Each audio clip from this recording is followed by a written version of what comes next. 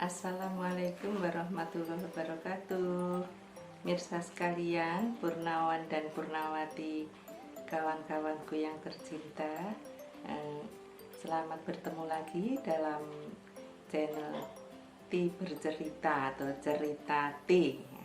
Kali ini judul ceritanya adalah mengenai masakan, tapi judulnya masakannya hambar. Nah, kenapa judulnya masakan? Karena banyak sekali yang usul setelah melihat YouTube T itu, misalnya Ponaan T itu yang punya channel YouTube tentang soal-soal tes CPNS gitu. Jadi besok tentang masakan, oke lah ya, mencoba mengenai masakan. Demikian pula teman-teman teman kuliah, teman guru di grup-grup ya, coba tentang masakan ya. Tapi tim tidak membayangkan masakan yang memasak seperti yang ada ditayangkan di Instagram itu bagus-bagus sekali. Ada masakan lokal, masakan Indonesia, masakan internasional. Yang seperti itu tentu yang tidak bisa ya. Jadi lebih baik menceritakan masakannya T saja ya. Kemudian nanti mulai berpikir untuk masakan T itu kenapa cenderung hambar, karena ada kesan dari makanan-makanan rumah sakit ya. Kita sebagai usia sudah 60-an berpengalaman ya, tinggal di rumah sakit, misalnya waktu melahirkan, waktu sakit ya, sekali dua pernah dirawat di rumah sakit. Nah itu kesannya masakan yang pasti sudah berlandaskan ilmu gizi itu kok rasanya hambar gitu.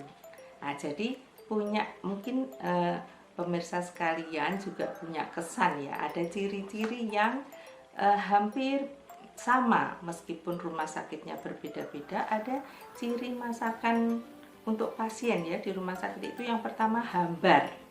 Hambar itu rendah garam ya, rendah garam, tidak asin sama sekali. Kemudian ciri yang kedua rendah bumbu ya, bumbunya itu tidak sampai yang pedas, rempahnya banyak, jadi rendah rempah ya istilahnya ya, rempahnya sedikit, tidak mengubah rasa dari bahan makanan yang dimasak, seakan-akan demikian. Paling yang agak berbumbu rempah itu kalau lauk yang ikan misalnya ya, untuk mengurangi amisnya seperti itu, jadi mungkin rempahnya agak diperbanyak, tapi tetap dalam kategori rendah rempah. Kesan yang kedua. Kesan yang ketiga, apabila dimasak dengan minyak pun, jenis masakan yang minyaknya sedikit, misalnya ditumis atau dibuat itu dengan sedikit saja minyaknya. Jadi rendah minyak, mungkin supaya tidak menambah lemak jahat bagi pasien ya. Jadi kan lemak itu ada lemak baik ya, ada lemak jahat seperti itu. Nah, dikhawatirkan mungkin kalau kebanyakan minyak gitu akan memperburuk keadaan.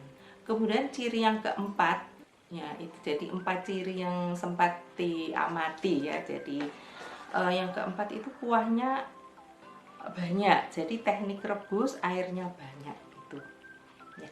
Di samping menu utama dalam makanan pasien itu ada snacknya juga nggak ada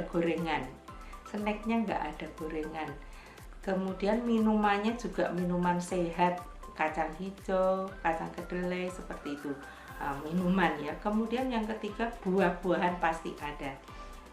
Nah, yang semacam itu bisa menjadikan ide bagi kita kalau menyediakan makanan di rumah yang sekiranya sesuai ilmu gizi yang diyakini oleh pihak medis, sehingga bisa mempercepat kesembuhan pasien.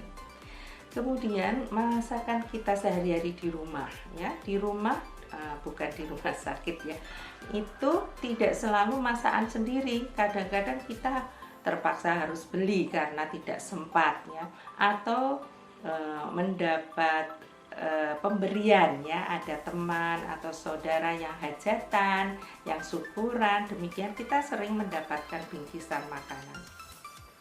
Atau sengaja piknik bersama teman, bersama keluarga, itu kulineran, itu juga kita makan makanan yang bukan buatan sendiri ya. Tentu saja kita tidak tahu bahannya bagaimana, prosesnya bagaimana, pokoknya kita taunya makanan jadi. Dan biasanya memang pemberian atau membeli itu yang diutamakan cita rasa dan penampilan makanan ya. Dari segi ilmu gizinya ya mungkin ada yang bagus, tapi mungkin ada yang kurang bagus, kita tidak tahu karena tidak tahu bahannya. Kemudian untuk yang masakan sendiri, untuk memutuskan masakan sendiri itu kita mau masak apa. Untuk tea tentu saja menurut mengamalkan ilmu yang sudah didapat dari waktu sekolah atau waktu kuliah, waktu kita masih belajar ya, masih di sekolahan lah, ilmu yang ada di sekolah atau kuliah. Kemudian ada yang pengetahuan lain dari internet, dari media sosial. Kita mempunyai tambahan pengetahuan mengenai makanan apa yang sekiranya bagus, sehat untuk kita konsumsi. Satu ya teman-teman atau pemirsa sekalian, saya punya teman atau ya dari grup WA SMA itu, kita punya teman yang mempunyai satu pengetahuan khusus dan keyakinan khusus mengenai makanan yang istilahnya raw food, makanan mentah ya. Jadi saya lanjutkan ceritanya sedikit, nanti diakhiri dengan kita lihat foto-foto dari masakan tea ya. Itu teman kami itu meyakini bahwa makanan yang disediakan oleh Allah Subhanahu wa Ta'ala itu sudah sesuai dengan kondisi tubuh kita sebagai pengkonsumsinya ya. Jadi tidak perlu lagi lah itu dimasak dengan pemanasan yang sangat tinggi, diberi kimia-kimia, diubah-ubah dalam rangka mengawetkan dan sebagainya. Itu menurut teman kami itu sehingga bertekad raw food.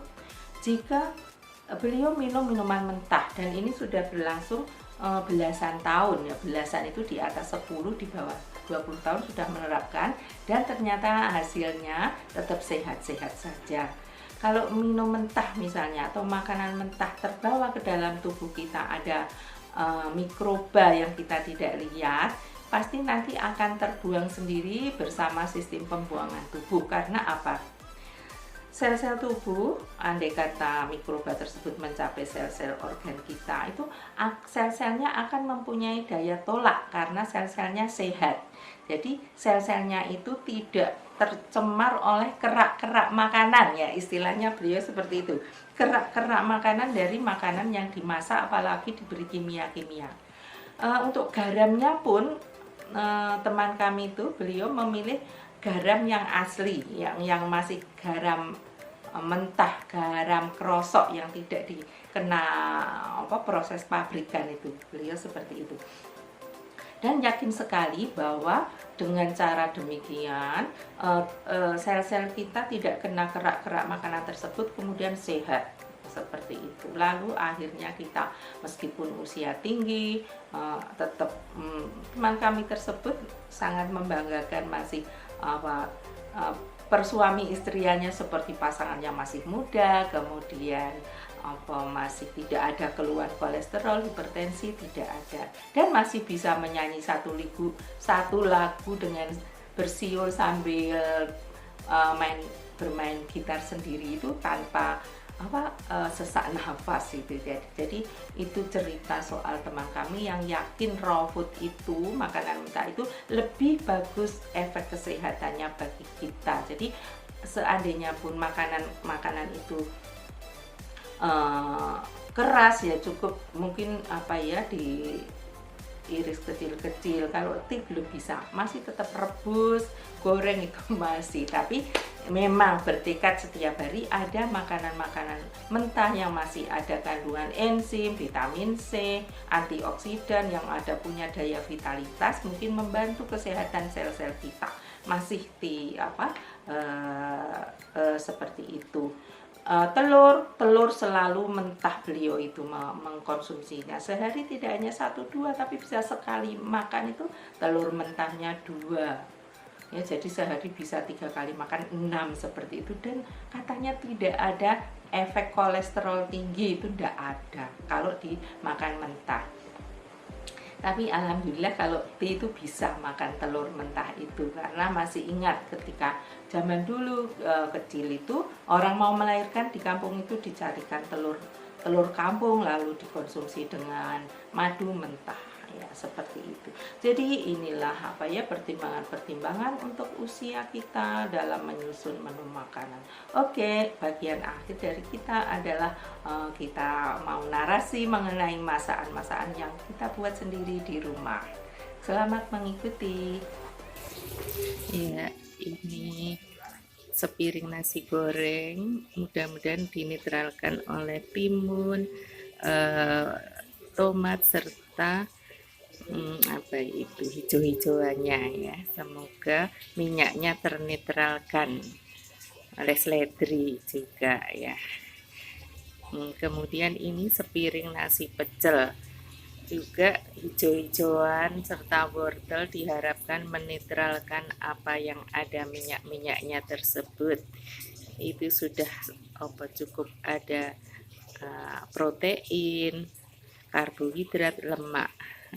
Kemudian menu berikutnya sepiring sarapan dengan separuh telur dadar, ada pete, kecap, wortel, dan kacang panjang rebus dengan ukuran mini ya. Itulah sarapan yang mudah-mudahan menyehatkan. Sedangkan berikut ini menu yang di tengah itu adalah sayur tokolan atau kecambah kacang hijau beserta kacang panjang, lalu lauk-lauknya juga masih terpaksa dengan digoreng.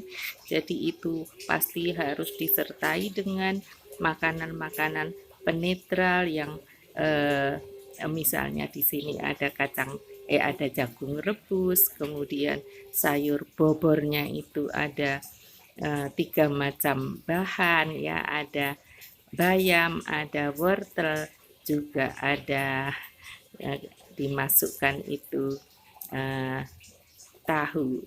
Nah, inilah yang diharapkan menyehatkan. Bismillahirrahmanirrahim. Allahumma barik lana fima royaktana Wakina ada benar. Semoga apa yang kami makan menjadi sumber energi dan obat untuk kami dapat sehat. Amin ya Allah.